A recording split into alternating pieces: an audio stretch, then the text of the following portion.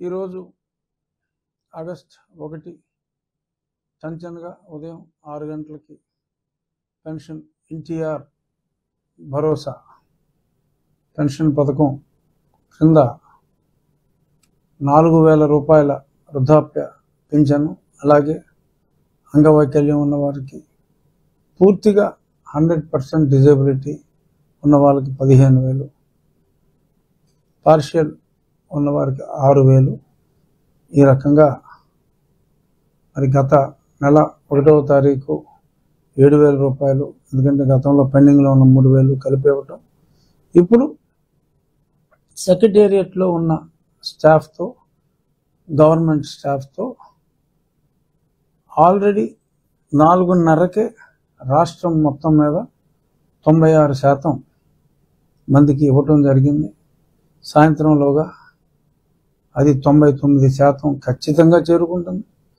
1 అది ఎందుకంటే మరి అక్కడక్కడ మిషన్లు మొరాయించినందువల్ల కొందరు ఏదో కారణం చేత రాలేకపోయేవాళ్ళు, వేరే ఊర్లో ఉన్నవాళ్ళు, ఇటువంటి ఇబ్బందులు ఉంటాయి తప్ప అంతా కూడా సజావుగా జరిగింది. మరి గతంలో చూసాం, కేవలం ప్రజలను ఇబ్బంది పెడటానికే ఆ నెంబర్లు ఇంతమంది చనిపోయారు అని ఎన్నికల ముందు ప్రజల్ని అమ్మ బాబోయ్ ఈ వాలంటీర్ అనేవాళ్ళు లేకపోతే ఇంకెన్ని ప్రాణాలు పోతాయో అనే ఒక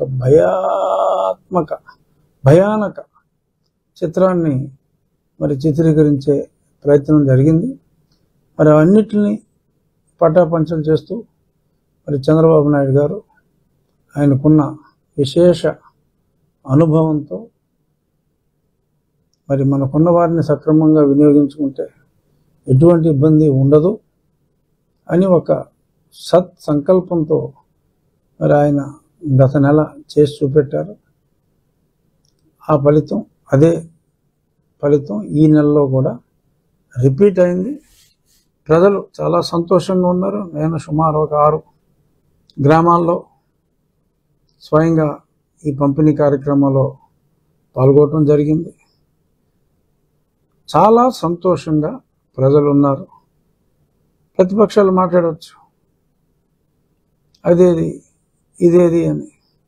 వారికి నేను చెప్పేది ఒకటే, మీ షాదీ ముబారక్లు, మీ విదేశీ విద్యలు అదేలా సరిపోతుంది, పెంచాలి అని చెప్పి 4 సంవత్సరాలు మీరేమీ ఇవ్వలేదు. ఆఖరి సంవత్సరం అమ్మఒడి కూడా ఎగ్గొట్టారు.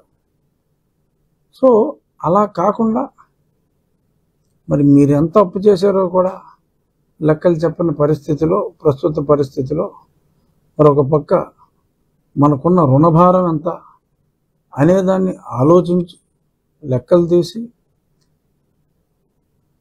సంక్షేమ పథకాలకి ఎంత కావాలి, మరి ఇవన్నీ కూడా అసలు లెక్కలు చూడాలంటే అప్పు ఎంతో తేలాలి.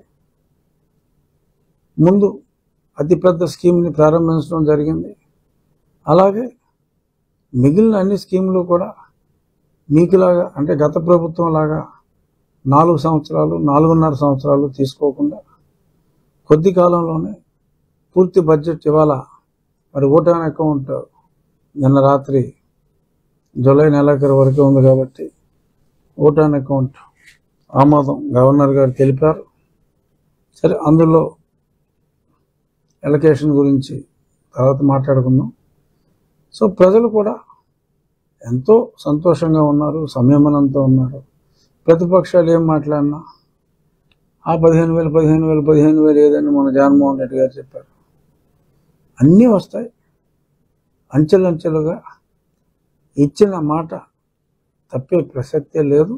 కానీ దేనికైనా ఒక గడువు పెట్టుకొని ఆ గడువులో పూర్తయ్యేలాగా చేయాలి. అభివృద్ధి లేనిదే సంక్షేమం లేదు. అభివృద్ధి కోసం కూడా మరి ఇప్పుడు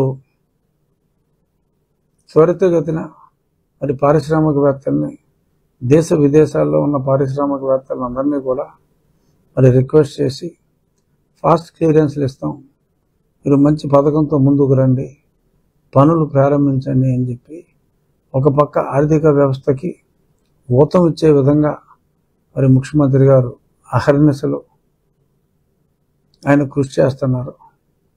సో ఆయన కృషికి తగ్గ ఫలితం తప్పకుండా వస్తుంది.